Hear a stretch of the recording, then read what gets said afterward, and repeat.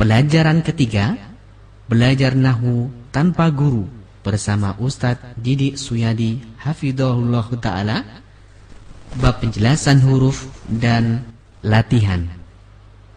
Kami ucapkan selamat belajar. Bismillahirrahmanirrahim.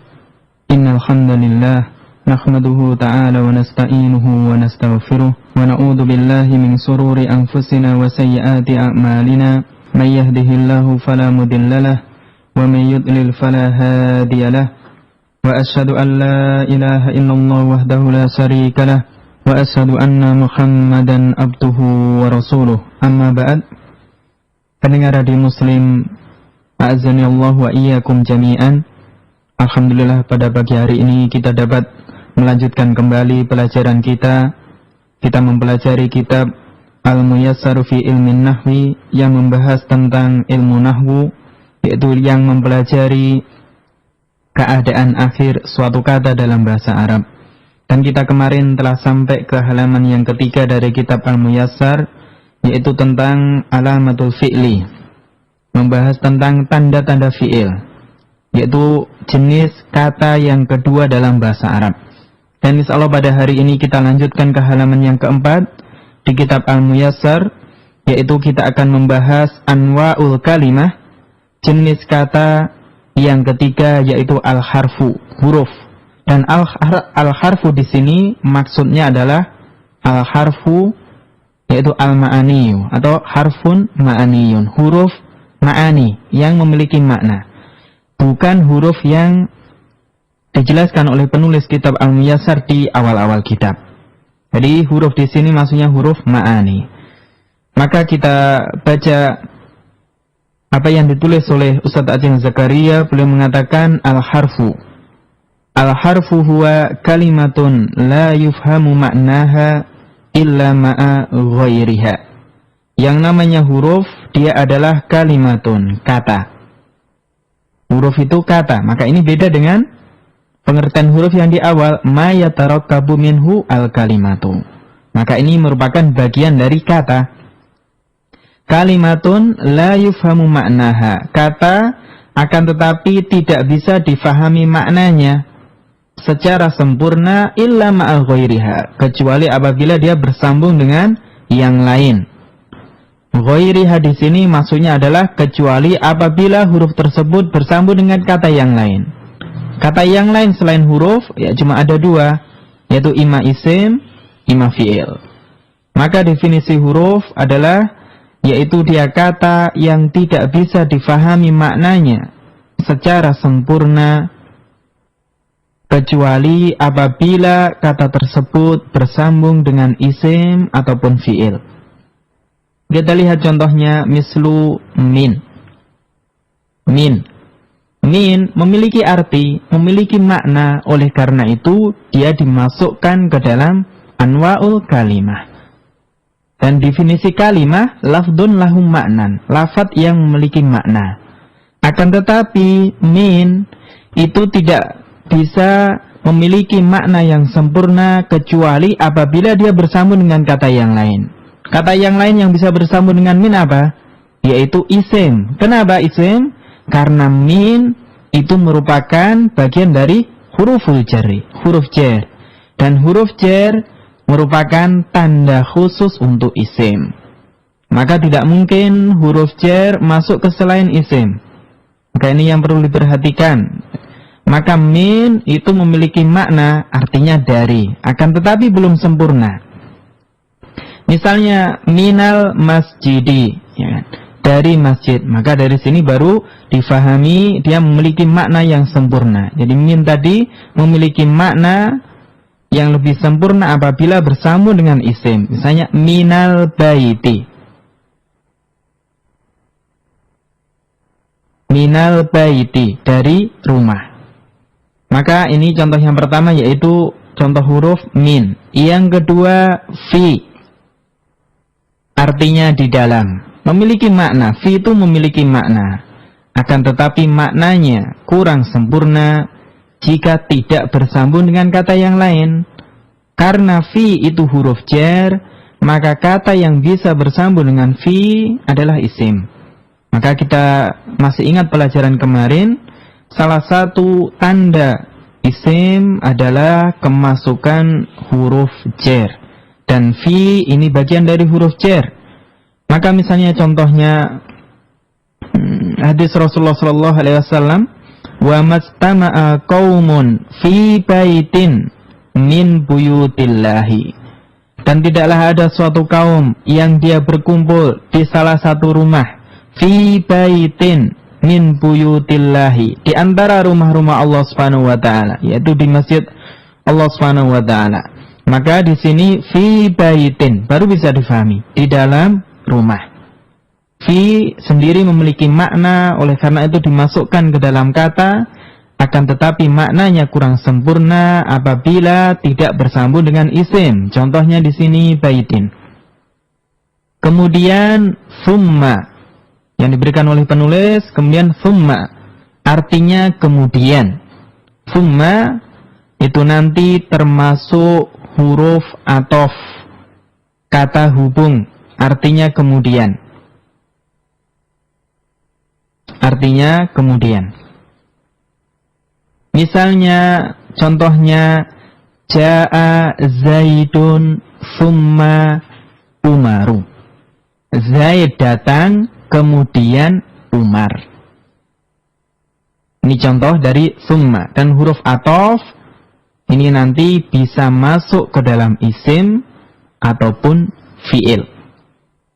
Kalau min sama fi tadi adalah huruf jar, dan huruf jar merupakan tanda khusus untuk isim. Sedangkan summa ini istilahnya adalah huruf atof, kata hubung. Dan huruf atof itu bisa masuk ke dalam isim maupun fi'il.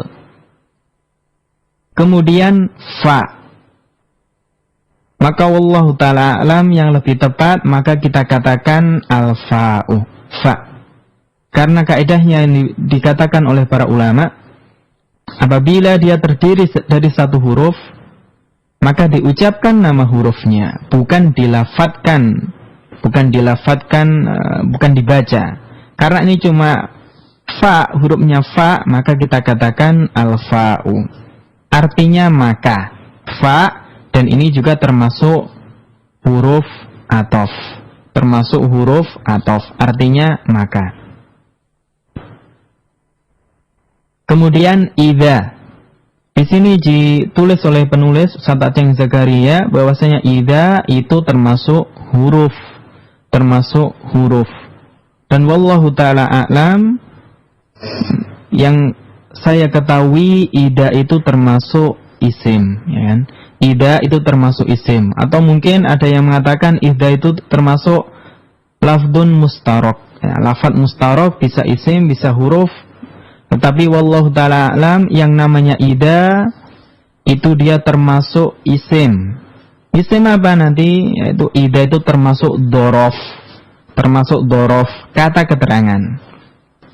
Idza keterangan waktu, dorof zaman. Kemudian au artinya atau, dia termasuk huruf atof juga. Kemudian hatta artinya sehingga. Hatta ini nanti bisa dia masuk sebagai huruf jar atau huruf yang masuk ke dalam fi'il. Maka insya Allah akan dibahas tentang hatta ketika dia masuk ke dalam fi'il.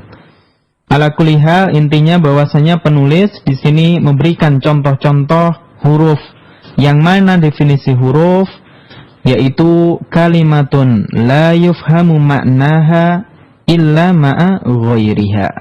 Yang namanya huruf adalah kata yang tidak bisa difahami maknanya dengan catatan secara sempurna illa ma'a ghairiha, kecuali apabila huruf tersebut bersambung dengan yang lain. Yang lain ini apa? Bisa isim, bisa fi'il. Kapan dia bersambung dengan isim, huruf apa? Tentunya huruf yang khusus masuk ke isim, atau huruf yang bisa masuk ke isim. Misalnya huruf jar. Kemudian penulis melanjutkan walaisa lil harfi alamatun khasatun. Ya, kalau sebelumnya kita membahas isim, definisi isim, kemudian alamatul ismi, tanda-tanda isim. Kita juga telah membahas al-fi'lu, fi'il. Definisinya apa, tanda-tandanya apa, telah kita bahas. Sedangkan tentang permasalahan huruf dijelaskan definisinya, akan tetapi apa alamatnya, apa tandanya, maka penulis mengatakan walaisa lil harfi alamatun khasatun. Dan huruf itu tidaklah memiliki tanda khusus. Huruf tidak memiliki tanda khusus. Artinya, apabila huruf itu tidak bisa kemasukan salah satu dari tanda isim maupun tanda fi'il, maka dia huruf. Ya. Jika ada kata, dia tidak bisa kemasukan salah satu dari tanda isim maupun tanda fi'il, maka dia huruf. Maka dia huruf. Atau para ulama mengatakan bahwasanya alamatul harfi, tandanya huruf adalah adamul alamah, tidak adanya tanda. Jadi tandanya huruf apa? Ada, yaitu apa? Adamul alamah, enggak adanya tanda. Maka dia tidak kemasukan qad, sin, saufa atau tak taknis atau tanda-tanda isim atau tanda-tanda isim. Maka ini namanya huruf. Maka alhamdulillah sudah selesai pembahasan tentang perincian anwa'ul kalimah, mulai dari isim, fi'il, dan huruf. Sekarang kita lanjutkan ke jumlah, ya, perincian dari jumlah. Jadi penulis membahas yang pertama tentang huruf, kemudian tentang al-kalimah, kemudian jumlah mufidah, kemudian huruf itu terbagi menjadi 2, kemudian kalimat dirinci ada 3 definisinya, dan seterusnya. Sekarang masuk ke jumlah. Anwa'ul jumlati, macam-macam atau jenis-jenis dari jumlah. Maka kita lihat anwa'ul jumlati bacanya. Maka ini adalah salah satu dari bentuk idhofah. Kata yang pertama namanya mudhof, jadi anwa'u itu namanya mudhof, sedangkan al-jumlati namanya mudhof ilaih. Jadi mudhof itu kata yang disandarkan kepada kata yang kedua, sedangkan mudhof ilaih ini kata yang disandari oleh kata yang pertama. Ini namanya mudhof ilaih. Dan dalam pertemuan yang pertama kita sudah sedikit membahas tentang permasalahan mudhof dan mudhof ilaih. Atau bisa kita katakan ada kaidah bahwasanya jika ada 2 isim bergabung, kemudian kata yang pertama tidak ada alif lam, yang kedua terdapat alif lam, maka bisa dikatakan susunan yang demikian adalah susunan mudhof dan mudhof ilaih. Sama-sama isim, yang pertama, kata yang pertama tidak terdapat alif lam atau al. Sedangkan kata yang kedua terdapat alif lam, maka susunannya adalah mudhof dan mudhof ilaih. Maka kita katakan anwa'ul jumlati, macam-macam jumlah. Anwa'u isim, fi'il atau huruf?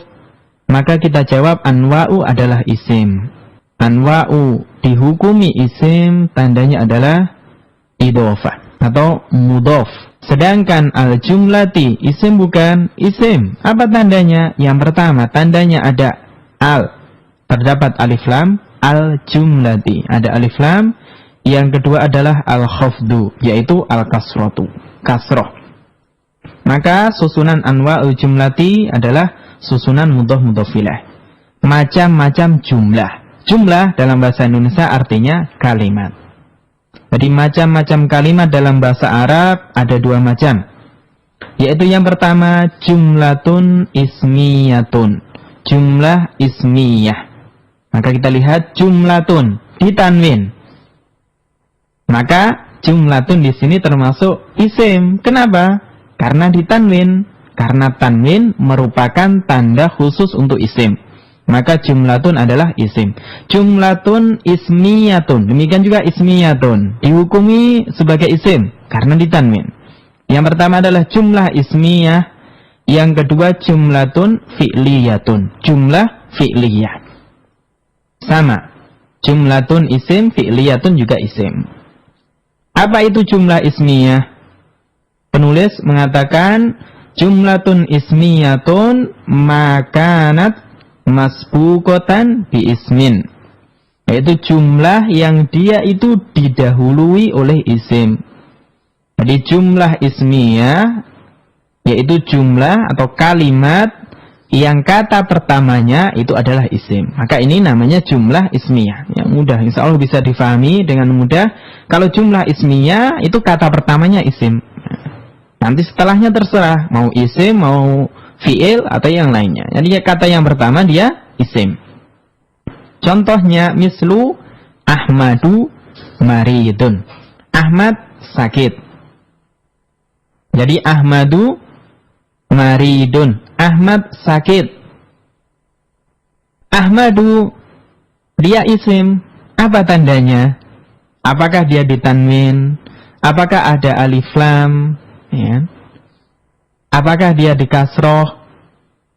Apa tanda bahwasanya Ahmadu itu isim? Maka kita katakan Ahmadu isim karena Ahmadu posisinya dalam kalimat ini sebagai subjek atau istilahnya dalam bahasa Arab musnad ilaih. Ini kalau kita belajar kitab yang lebih lanjut, maka para ulama nahwu mengatakan salah satu tanda isim yang lain bahwasanya kata tersebut bisa sebagai musnad ilaih atau pelaku, subjek dalam kalimat tersebut. Maka Ahmadu maridun, Ahmad sakit. Jadi Ahmadu maridun, Ahmad sakit. Maridun ini isim karena dia tanwin. Maka kita lihat dalam kalimat Ahmadu maridun diawali dengan Ahmad. Ahmad itu isim, maka dikatakan kalimat Ahmadu maridun adalah jumlatun ismiyatun. Contoh yang kedua, al-waladu yaqra'u al-Qur'ana. Seorang anak kecil sedang membaca Al-Quran. Ini seorang anak kecil laki-laki sedang membaca Al-Quran. Al-waladu. Tadi jumlah ismiyah adalah jumlah yang makanat masbuqatan bi ismin. Jumlah yang diawali oleh isim. Jadi kata yang pertama adalah isim. Dan dalam kalimat al-waladu yaqra'u al-Qur'ana, kata yang pertama adalah al-waladu. Maka al-waladu di sini isim, apa tandanya? Yaitu kemasukan al, ada alif lam, maka al-waladu adalah isim. Al-waladu yaqra'u, sedang membaca. Sedang membaca. Kemarin kita berikan contoh yaqra'u itu termasuk fi'il, kata kerja. Di sini sebagai predikat, dia termasuk kata kerja. Fi'il apa? Kalau sedang, maka kemarin sedikit disinggung, kalau itu menunjukkan waktu sekarang, maka namanya fi'il mudhari. Al-fi'lu al-mudhari'u, dia fi'il mudhari. Maka al-waladu yaqra'u al-Qur'ana, al-Qur'ana ada alif lam juga dihukumi isim. Maka dalam kalimat ini karena diawali oleh al-waladu dan al-waladu itu isim, maka dikatakan jumlah ismiyah. Kemudian contoh jumlah fi'liyah, definisi jumlah fi'liyah yaitu makanat masbuqatan bi fi'lin, jumlah yang didahului oleh fi'il. Insya Allah mudah. Kalau jumlah ismiyah didahului oleh isim, kata yang pertama itu isim. Kalau jumlah fi'liyah, makanat masbuqatan bi fi'lin, jumlah yang didahului oleh fi'il. Maka kita lihat makanat masbuqatan. Masbuqatan kata, ya, didahului artinya, dan dia ditanwin.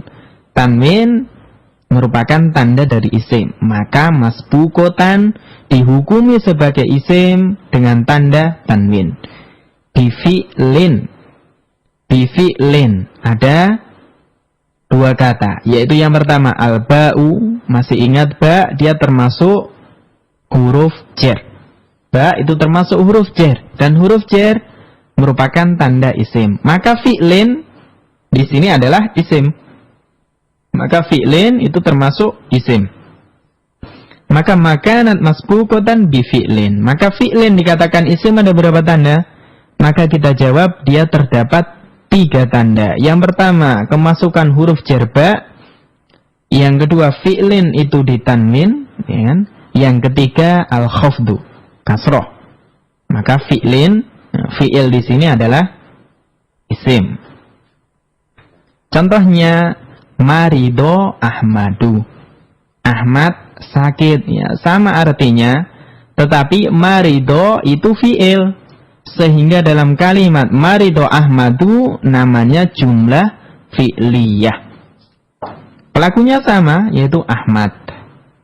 Jadi kalau jumlah fi'liyah itu susunannya, kalau dalam bahasa Indonesia tidak lazim. Kalau dalam bahasa Indonesia biasanya SP, ya. Setelah subjek baru predikat. Ini fi'il dulu, kata kerja dulu, predikat dulu, kemudian baru pelakunya, baru subjeknya. Ini namanya jumlah fi'liyah.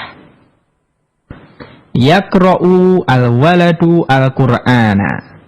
Yaqra'u itu fi'il. Maka dalam kalimat seorang anak laki-laki sedang membaca Al-Quran, ini namanya jumlah fi'liyah. Insya Allah gampang untuk difahami. Tinggal kita membedakan mana itu isim, mana itu fi'il, dan mana itu huruf. Ini penting. Jadi pelajaran yang pertama yang penting, bahwasanya seorang ketika dia belajar nahwu, maka hendaknya bisa membedakan mana itu isim, mana itu fi'il, mana itu huruf. Bagaimana cara membedakannya? Maka dihafal ciri-ciri isim, ciri-ciri fi'il. Kemudian difahami, dipraktekkan ketika membaca Al-Quran, membaca hadis, atau kalimat-kalimat dalam bahasa Arab. Sekarang kita masuk ke at-tamrinu, latihan, yang ditulis oleh penulis kitab Al-Muyassar Ustadz Aceng Zakaria. At-tamrinu, latihan. At-tamrinu ada alif lam, ya kan? At-tamrinu ada alif lam. Alif lam tanda dari isim, maka at-tamrinu ini adalah isim, latihan. Mayyiz al-asma'a wal af'ala wal hurufa fi ma yali. Bedakan, ya kan? Mana yang termasuk isim, fi'il, huruf dari kalimat berikut ini. Jadi kita disuruh bedakan dari contoh-contoh yang diberikan di dalam kitab Al-Muyassar, mana yang termasuk isim, mana yang termasuk fi'il, dan yang termasuk huruf. Dan ini penting untuk masalah ini. Seorang ketika belajar nahwu, maka dia harus bisa membedakan mana itu isim, mana itu fi'il, mana itu huruf. Contoh yang pertama, penulis mengatakan idza jaa nasrullahi wal fathu. Apabila telah datang nasrullahi, pertolongan Allah Subhanahu wa taala, wal fathu, dan kemenangan. Katanya ada berapa dalam ayat ini? Yang pertama adalah idza. Idza tadi termasuk apa? Kalau yang dijelaskan oleh penulis Ustadz Aceng Zakaria, idza itu termasuk contoh dari huruf. Tapi wallahu ta'ala a'lam, kita katakan tadi idza itu termasuk dorof, ya, kata keterangan. Dorof zaman, keterangan waktu, dan dia termasuk isim. Maka idza di sini kita katakan idza adalah isim. Kemudian jaa ini adalah huruf. Apa tandanya? Apakah ada qad, ada sin, ada saufa, ada tak tanis as-sakinah? Enggak ada semuanya. Enggak ada semuanya. Akan tetapi kita katakan jaa ini adalah fi'il. Maka ini meskipun tidak terdapat salah satu dari tanda-tanda fi'il yang disebutkan dalam kitab Muyassar, maka yang namanya jaa itu fi'il. Maka ini mungkin yang agak susah ketika kita awal-awal belajar nahwu, kok bisa jaa itu dikatakan fi'il. Maka insyaallah kita akan mengetahuinya bahwasanya jaa itu namanya fi'il madhi. Dia menunjukkan waktu lampau.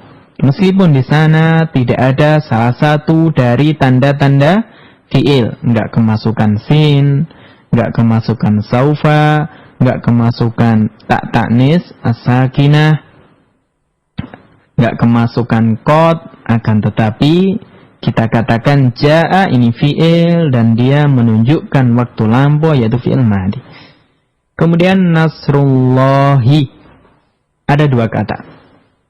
Tadi kita jelaskan bahwasanya apabila ada dua kata bersambung sama-sama isim, yang pertama tidak terdapat alif lam, yang kedua terdapat alif lam, maka susunannya adalah mudhaf dan mudhaf ilaih. Maka nasrullahi, nasru dihukumi sebagai isim, apa tandanya? Kita katakan dia mudhaf. Sedangkan lafaz jalalah Allahi juga isim, apa tandanya? Yang pertama ada alif lam dan yang kedua dia kasroh.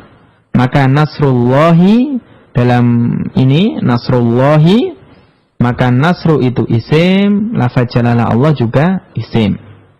Wal fathu, wawunya termasuk huruf, namanya huruf ataf, kata untuk menghubungkan, kata hubung. Al fathu jelas isim karena ada alif lam. Kemudian contoh yang kedua, ijtahada Muhammadun wa Hasanun fi fahmid darsi.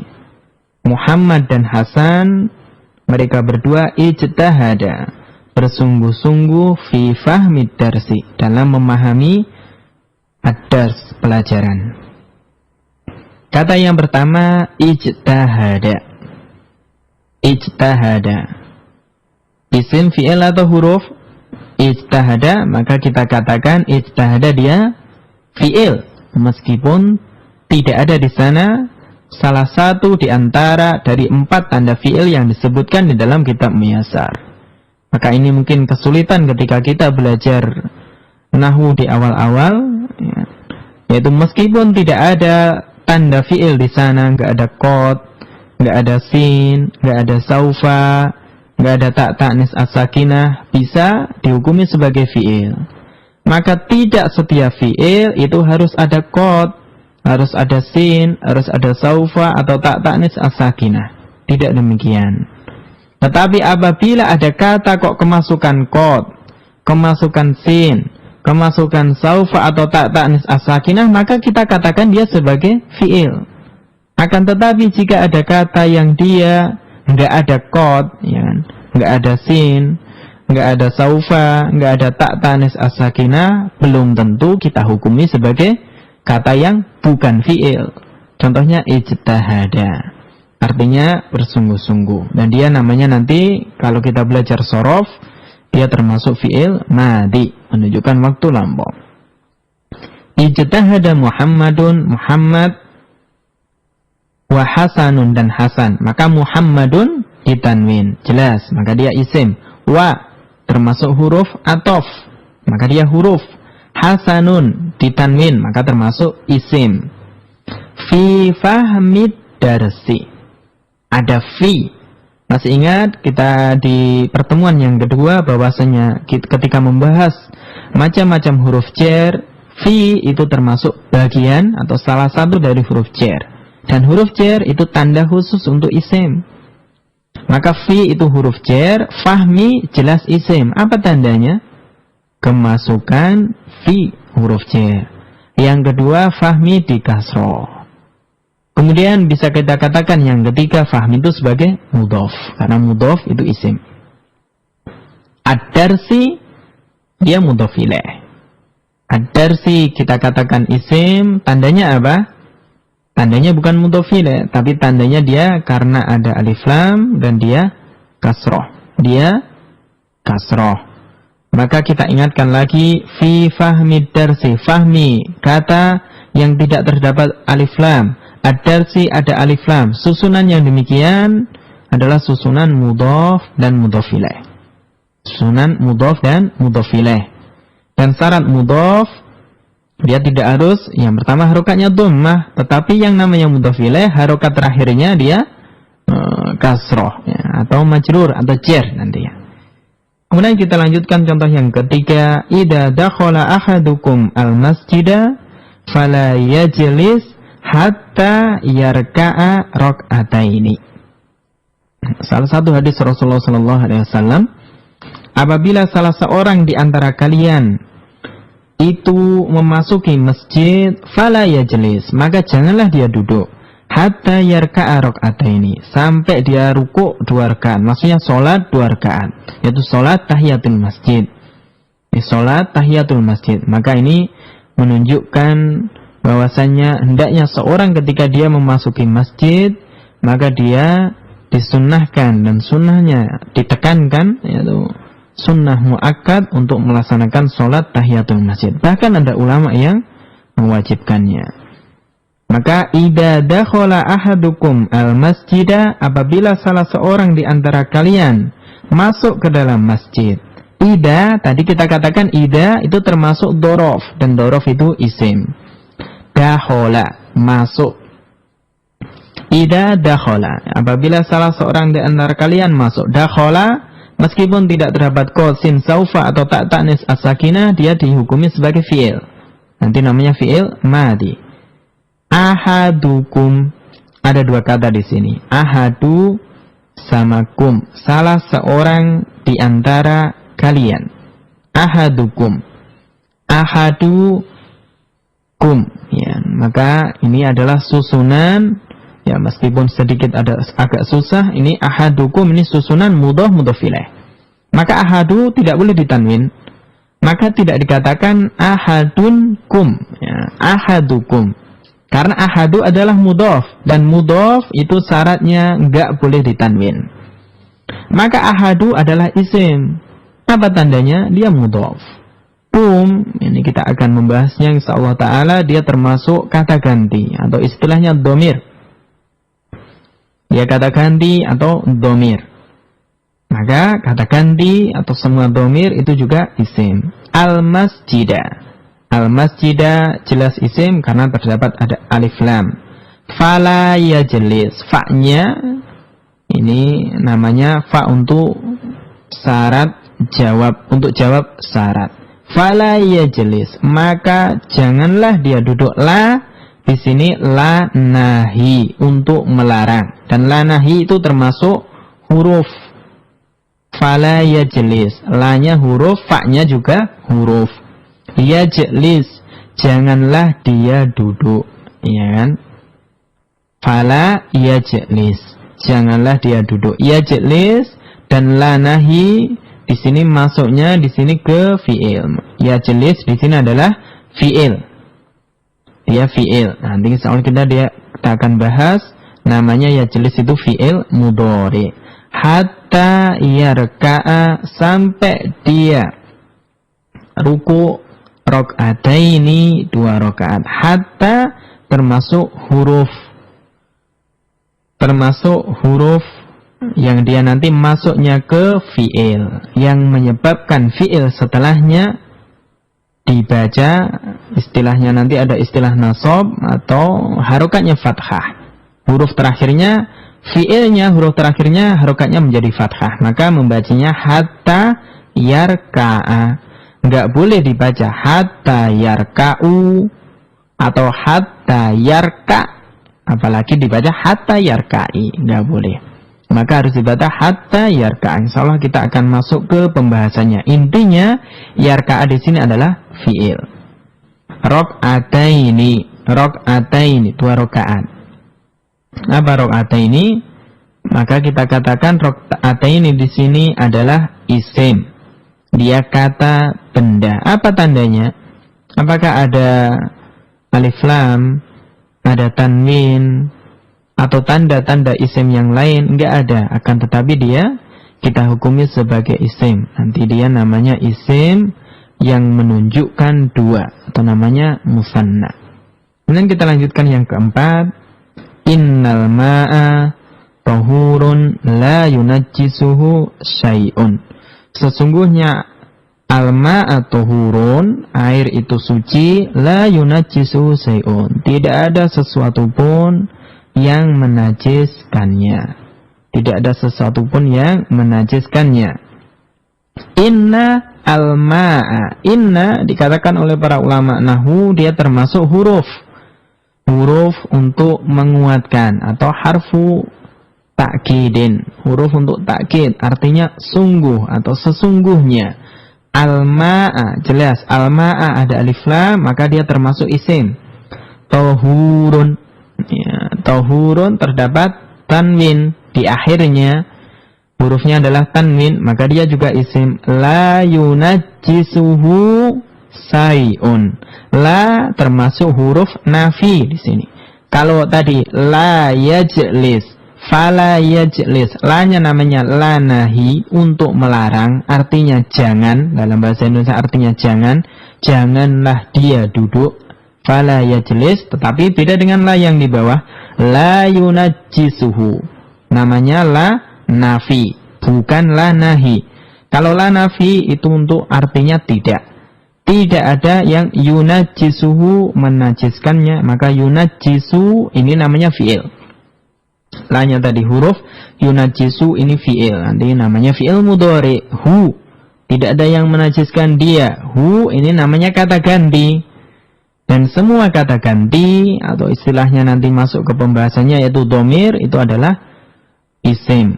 Syai'un, nah ini yang jelas, syai'un adalah isim karena dia tanwin. Ya, pendengar radio Muslim yang dirahmati oleh Allah Subhanahu wa taala, ya, semoga tamrin ini bisa memperjelas kita semua tentang perbedaan, atau kita bisa menentukan mana itu isim, mana yang termasuk fi'il, mana yang termasuk huruf. Ya, sekarang kita lanjutkan ke halaman yang kelima. Penulis mengatakan fil asma'i, yaitu pembahasan tentang isim-isim. Fil asma'i.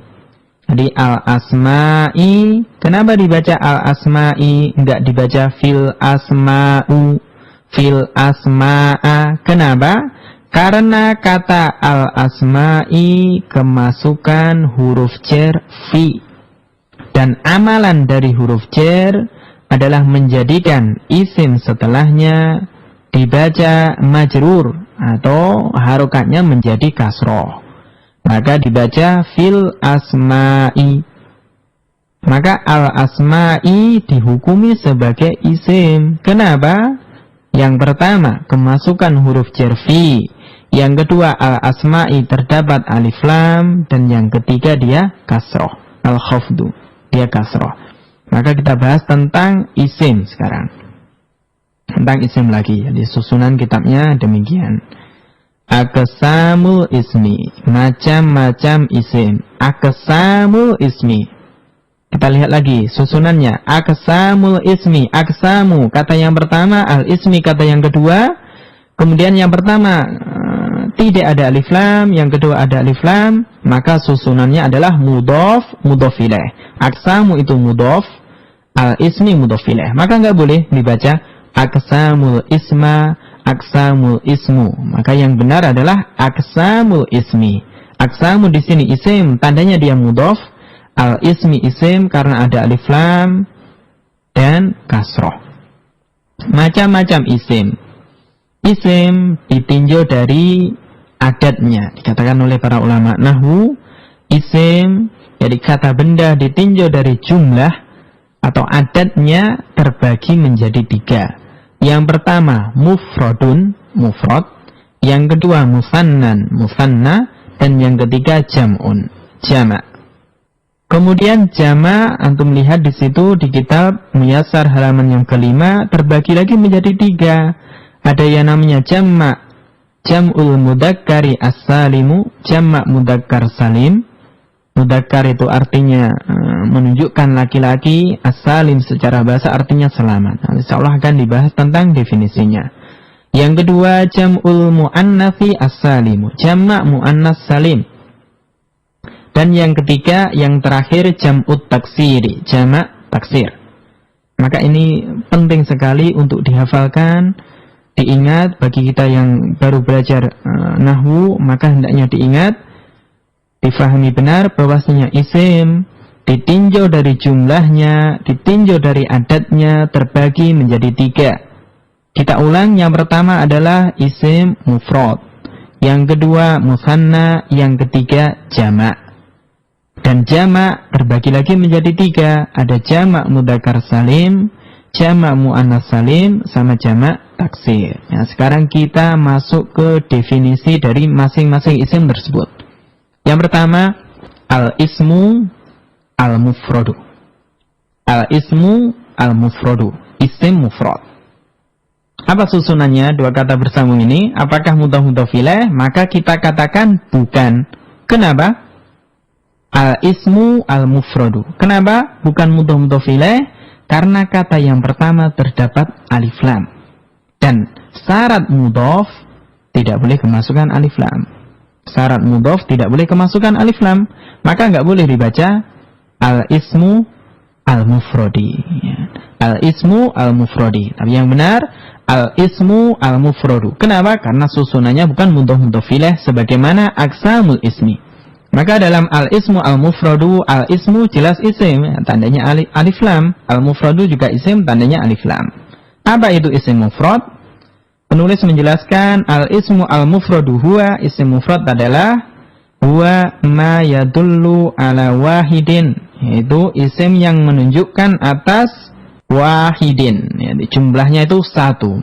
Atau kita bisa tambahkan ala wahidin, yaitu jumlahnya satu, baik dia laki-laki au wahidatin, atau satu dan dia itu statusnya itu perempuan. Jadi jenisnya adalah jenis perempuan. Contohnya baitun, artinya satu rumah. Jadi baitun itu artinya satu rumah. Daftarun, satu buku tulis. Waladun, satu anak laki-laki. Rojulun, satu orang laki-laki. Maka ini semuanya isim mufrad. Misalnya contoh yang lain, imro'atun, satu orang perempuan. Maka ini semuanya menunjukkan jumlahnya itu satu. Maka yang penting dalam bahasa Arab itu kata ya, ada pembagiannya dari jenisnya. Ya, jenisnya ada yang mudzakkar, ada yang muannas. Ya, istilah mudzakkar muannas, mudzakkar itu untuk laki-laki, muannas itu untuk perempuan.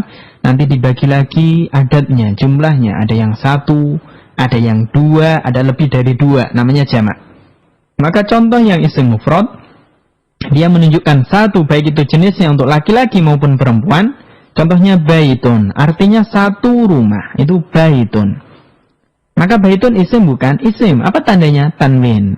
Kalau kita hilangkan tanwinnya, maka boleh kita menambahkan alif lam padanya. Al-baitu. Ya, kalau kita mau memberikan alif lam pada baitun, maka kita buang tanwinnya. Al-baitu. Kenapa? Karena kaidah sebagaimana pertemuan yang pertama, tidak mungkin bergabung dalam satu kata antara tanwin dan alif lam.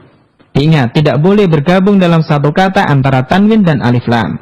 Kalau kita sudah mentanwin kata tersebut, maka jangan diberikan alif lam dan sebaliknya. Maka kita katakan baitun atau al-baitu. Sama-sama isim mufrad. Sama-sama isim mufrad. Artinya sama, yaitu satu rumah. Daftarun, satu buku tulis. Daftarun juga isim dan dia ditanwin. Dan kita lihat hukum asalnya isim. Kalau kita cuma menuliskan satu kata, maka hendaknya dia ditanwin dan dhammatain. Ya. Tanwinnya itu tanwin yang dhammah. Tidak langsung kita katakan baitan atau baitin, daftaron atau daftarin. Enggak demikian. Tapi kalau dia satu kata, kita katakan baitun, daftarun, waladun. Waladun juga artinya satu anak laki-laki. Dan rojulun, satu orang laki-laki. Imro'atun, misalnya satu orang perempuan. Kitabun, satu kitab. Masjidun, satu masjid. Madrasatun, satu madrasah. Ini semuanya isim mufrad. Semua adalah isim mufrad. Apa itu isim mufrad? Kuwama yadullu ala wahidin awahidatin, yaitu isim yang menunjukkan atas satu untuk laki-laki ataupun untuk perempuan. Kemudian kita lanjutkan ke jenis isim ditinjau dari adatnya, dari bilangannya yang kedua, yaitu al-musanna, isim musanna. Apa itu isim musanna? Yaitu huwa ma dalla ala thnaini bi ziyadati alifin wa nunin aw ya'in wa nunin fi akhirih. Musanna adalah ma dalla ala thnaini, yaitu apa-apa yang menunjukkan atas 2 atau isim yang menunjukkan atas 2, jumlahnya itu 2, maka musanna. Bagaimana caranya? Biziyadati alifin wa nunin, dengan menambahkan alif dan nun. Ini cara yang pertama, au ya'in wa nunin, atau ya dan nun. Maka isim mufrad itu bisa dijadikan musanna. Isim mufrad, isim yang itu 1 bisa dijadikan ke bentuk musanna atau 2. Jadi jumlahnya itu 2. Bagaimana caranya? Yaitu dengan menambahkan alif dan nun atau ya dan nun. Contohnya misalnya. Contohnya isim mufrad baitun, 1 rumah. Kalau kita mau mengatakan 2 rumah, maka tambahkan dalam isim mufradnya baitun tersebut, yaitu yang pertama alif dan nun atau ya dan nun, maka menjadi baitani dan baitaini. Maka baitun menjadi baitani atau baitaini. Kalau waladun menjadi waladani atau waladaini. Maka kita lihat baitun yang diakhiri oleh dhammah tain, ketika disambungkan dengan alif dan nun, maka taknya menjadi fathah. Karena alif itu identik sebelumnya harus fathah. Maka menjadi baitani, artinya 2 rumah. Baita ini juga sama, artinya 2 rumah. Nanti ini penting, kenapa bisa 2 ini ketika kita bahas ke bab yang berikutnya. Waladun, 1 anak laki-laki, kalau 2 anak menjadi waladani atau waladaini. Kemudian at-tamrin, latihan, ij'al musanna, jadikan musanna. Rasulun, di situ 1 orang rasul, ini isim mufrad. Maka musannanya tinggal kita tambahkan alif dan nun atau ya dan nun. Kalau kita tambahkan alif dan nun menjadi rasulani, 2 orang rasul, atau rasulaini, 2 orang rasul. Mudah sekali. Nabiyun, seorang nabi menjadi nabiyani, nabiyaini. Muslimun, seorang muslim, tambahkan alif dan nun atau ya dan nun menjadi muslimani, muslimaini.